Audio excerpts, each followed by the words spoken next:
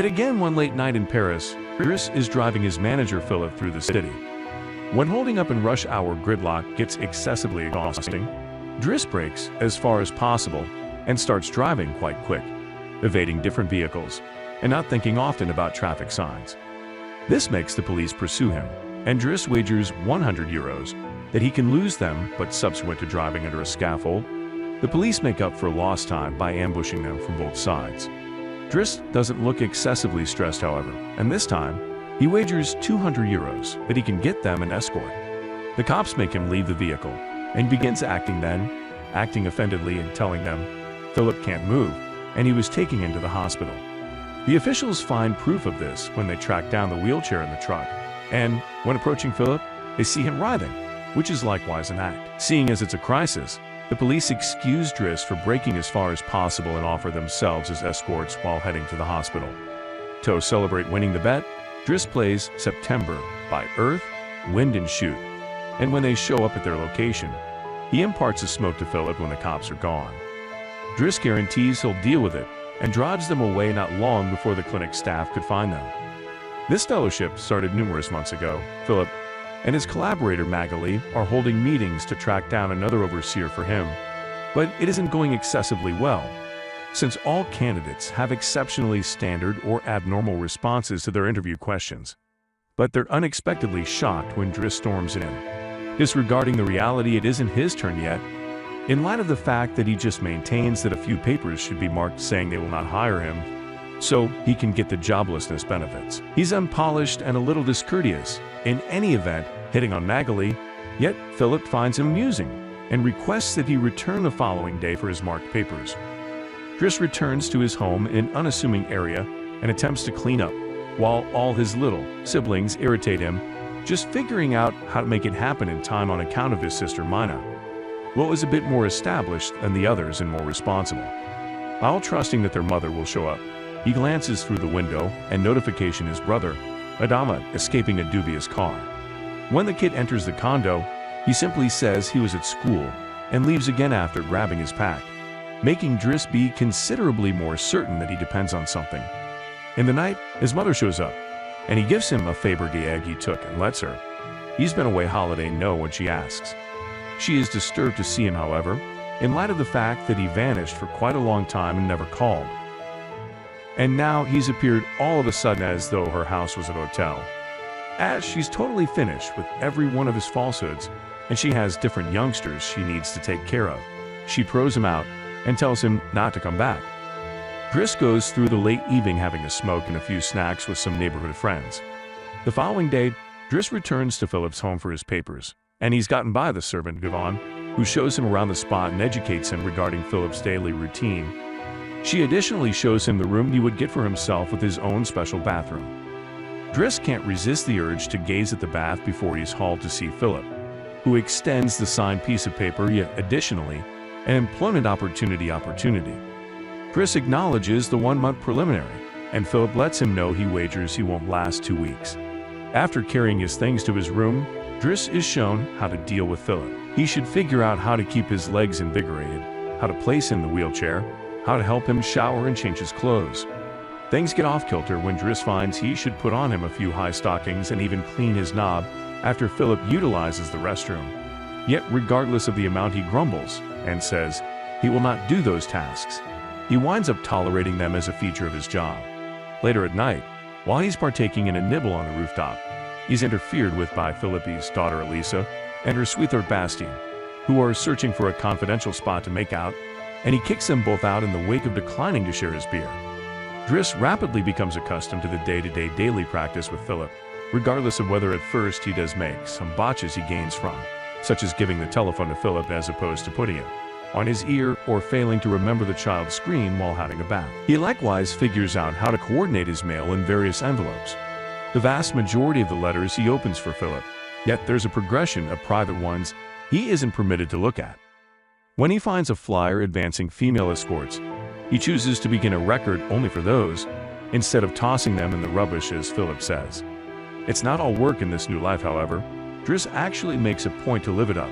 He continues to attempt to hit on Magali, without any result, and in some cases calls escorts to join him in bed. One morning, After Yvonne comes to his space to chide him for being late, she finds some dangerous weapons in his sack, yet she doesn't remark on them yet. Driss' work today is to drive Philip around, yet he won't place him in that frame of mind of a van as though he was freight. So, all things considered, he takes him on one of the extravagant vehicles that don't see much use. Philip, who first thinks this isn't reasonable and says they ought to be common sense, is soon getting energized at the possibility of a quicker, less exhausting ride, in spite of the fact that Yvonne still disapproves. When they attempt to leave the structure, there's a neighbor left at their entry, ignoring the sign on the entryway that says it's forbidden. Driss burns through no time and pursues the person, snatching him by the front of his shirt and threatening him until he moves the car. Philip is dazzled by his activities, yet Yvonne disapproves. The pair goes to an exhibition hall, where Philip is wanting to purchase a piece of craftsmanship that Driss considers not worth the cash since it's a red smear on the canvas. Afterward, Philip meets with a relative of his, who lets him know everybody is worried about Driss since he can be violent. He's likewise found he has a lawbreaker record, yet Philip couldn't care less. He appreciates Driss in light of the fact that he doesn't feel sorry for him and wouldn't fret messed around with him. After one more bombed endeavor at hitting on Magali, Driss eats with Yvonne in the kitchen, while standing by listening to Philip direct a letter to Magali. Claiming it's a confidential discussion, Gon switches off the child's screen and continues to explain what's happening. Philip is pen pals with a lady called Eleanor. Those are the letters he didn't let Driss open. But he's never met Eleanor face to face. Their relationship is absolutely epistolar. Speaking of adoration, Driss prods Yvonne for the looks the groundskeeper gives her all the time before going to bed. He's attempting to rest when he hears a few strange sounds coming from the child's screen. Philip is having inconvenience breathing. Not being competent to overlook him regardless of whether he attempts, Driss goes to his room and delicately guides him through the assault of mitigating words and a wet material to wipe his face. Philip ultimately nods off, just to get up again minutes after the fact, saying he needs air. This time Driss doesn't hold back. He puts Philip on the wheelchair, covers him with blankets, and takes him out for a walk around the river. This is whenever Philip first has seen Paris around evening time in quite a while, and presently he's more relaxed. He clears up for Driss that the medication can unfortunately do a limited amount a lot, and he some of the time experiences phantom pain. When they see a few young ladies strolling by, Philip likewise admits he isn't fit for pleasuring a lady due to his circumstance. Yet he actually can partake in some fulfillment when he gets his ears kneaded on the grounds that they are delicate zones. When the ghost Torment takes steps to show up once more, Driss shares one of his joints with Philip, who has one or two misgivings from the outset yet winds up cherishing it. Afterward, they go to a cafe where they mess around while sharing a feast, and Philip chooses to share a greater amount of his story. Met his significant other when they were under studies, and soon after they got hitched. She had 5 miscarriages, and was determined to have a serious terminal illness. That's the point at which they embraced Elisa. Philip has consistently cherished rivalries, outrageous games, and speed, and a paraglider gave him that.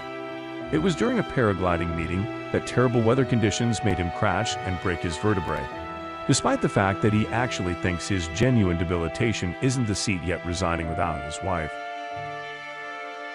After messing around some more, Philip recalls the date and acknowledges Driss has passed his 1-month preliminary, so he's currently formally hired. But he wants to begin by bringing back the Fabergé egg he took in light of the fact that it was a gift from his significant other. She would give him one consistently, and he has precisely 25, matching their time together. The following day, Driss goes to converse with Minna while she's leaving school, who is a bit offended because he hasn't been noting her messages, but to request that she search for the egg. She also educates him regarding a few police that have been calling their home. Afterward, he visits Adama, who admits he was found with 30 grams on him. Driss needs to take him to lunch, yet Adama declines and on second thought, gets in the equivalent suspicious car from before. Later on, Driss is permitted to be available while Philip directs his letter for Eleanor Magali. He thinks this purple composition is extremely exhausting, and that Philip ought to be more straightforward. He's also confused to hear that this has been happening for a considerable length of time, and they never exchanged pictures. When he finds her telephone number on one of the letters, he accepts it as a sign and calls, her obliging Philip to take the telephone lastly address her outside the composed word. Their discussion goes so indeed. Philip is presently on the telephone with her all the time, even just before he and Driss go to the drama, during which Driss chuckles and makes fun of the costumes. The following day, Driss persuades Philip to acknowledge to trade pictures with Eleanor, and picks one of him in the wheelchair. Afterward, while he's painting, Elisa blasts into his space to ask him for cigarettes and makes fun of him for attempting to be artistic. Getting furious, he throws her out prior to going to see Philip, who is as of now asking Yvonne to change the picked picture for one of him when he wasn't quadriplegic. She conceals the image inside the escort record just before Driss burst in, grumbling about Elisa and telling Philip he wants to teach her, something Yvonne concurs with. Philip consents to converse with her, yet he's generally surprised when Driss neglects it that he's been painting. Days proceed to pass, and the kinship among Philip and Driss proceeds to grow. Driss takes him to play in the snow and carries him with him. When he goes out for a run, Philip fits him his most memorable suit and reprimands his girl while Driss pays attention to him through the baby monitor. When Driss completes his most memorable canvas, he shows it to Magali, who slaps him when he tries to kiss her. Philip, nonetheless, likes the artwork and commitments. He'll attempt to sell it. The two of them live it up with one another, getting a charge out of things like getting a faster car, sharing joints, and in any event, recruiting companies together. When Philip's birthday comes, he isn't exceptionally amped up for it. Every year, he professes to be surprised that they're setting up a party and needs to meet with all these family members that may come to see him on the date to check he's still alive. Philip says it'll all be fairly boring, while he and the visitors partake in some live old-style music. Driss looks for Elisa, who is crying in her room subsequent to having taken a portion of Yvonne's pills, which won't kill her as she expected. The motivation behind why she's miserable is that Bastien said a final farewell to her and called her a tart. So she asks Driss to converse with the kid, which he acknowledges to accomplish for a price. Meanwhile, Philip is showing Driss painting to his family member and figures out how to persuade him to get it for 11,000 euros. Driss returns to the lounge area and talks with Yvonne, who lets him know Magali is in a relationship with somebody named Fred, yet things are fairly rough right now, giving Driss hope. As the party starts to subside, Philip causes Driss to pay attention to probably the most important songs in traditional music history, yet he can joke in response.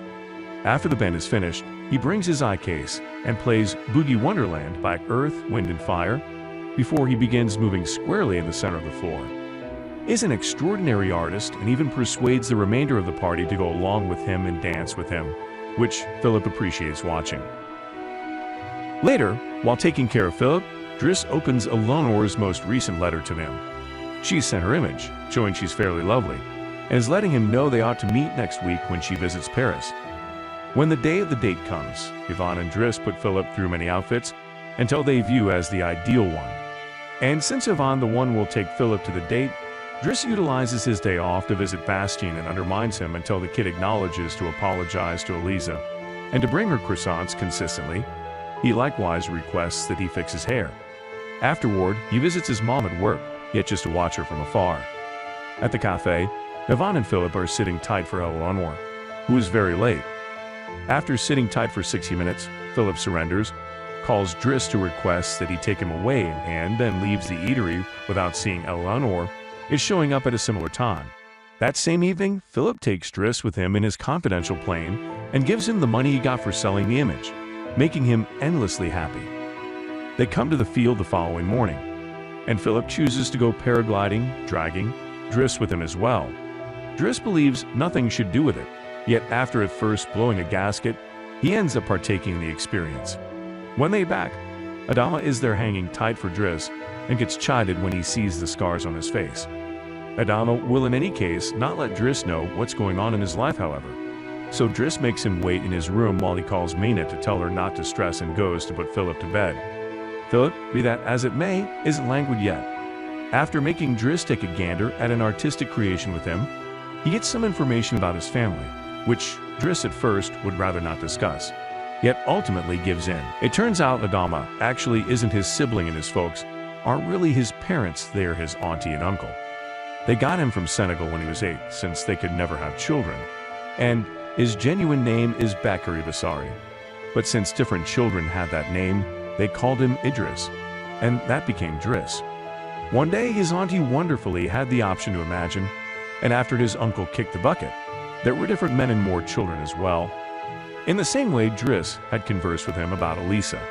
Philip brings up that Adama needs discipline, so he terminates Driss so he can be there with his family since he can't spend his entire life dealing with an old man.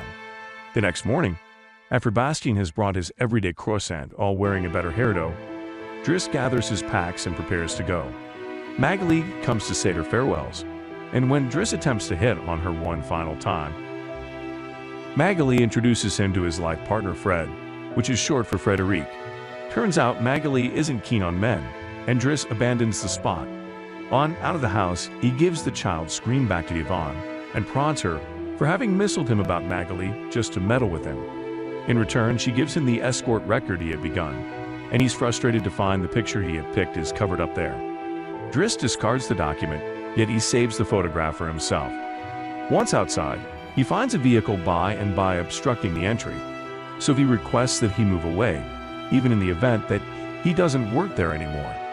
When Adama calls him out for it, Driss says involves principle. A few hours after the fact, the two siblings go get their ma at the station. While back at the house, Philip is having his most memorable supper along with his new overseer, who is stodgy and exhausting, and Philip chooses to leave him without having a bite. Since Yvonne is out on the town with the groundskeeper, no one is there to chasten him for it. As days pass, Driss returns to his old life. He spends time with his lifelong companions once more and tells the folks from the dubious vehicle not to trouble Adama anymore. When he goes to a meeting he needs more insight for, he figures out how to win over the manager by referring to himself as logical and utilizing all the craftsmanship information he acquired while working for Philip. This finds him a task as a driver. Philip keeps on despising his new guardian and is in a steady, terrible mood. One night, he rejects anybody in the house to assist him with his ghost torment. So Ivana calls Driss and requests that he come over.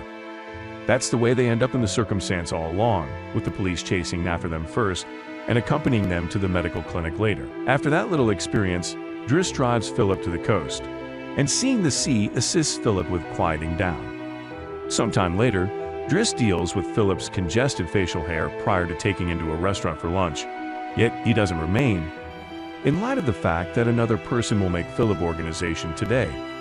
Driss wishes him karma, lastly gives him back his egg prior to leaving, and Philip starts stressing over being distant from everyone else until he sees who his date is, Eleanor, who is delighted to see him and wouldn't fret the seat at all. The genuine Count Philip Pazzo de Borgo currently resides in Morocco. He has remarried and has 2 daughters. The genuine Driss, truly called Abdul Yasmin Sello, has his own firm and is additionally married with 3 children. The 2 men keep on being extremely dear companions right up until today.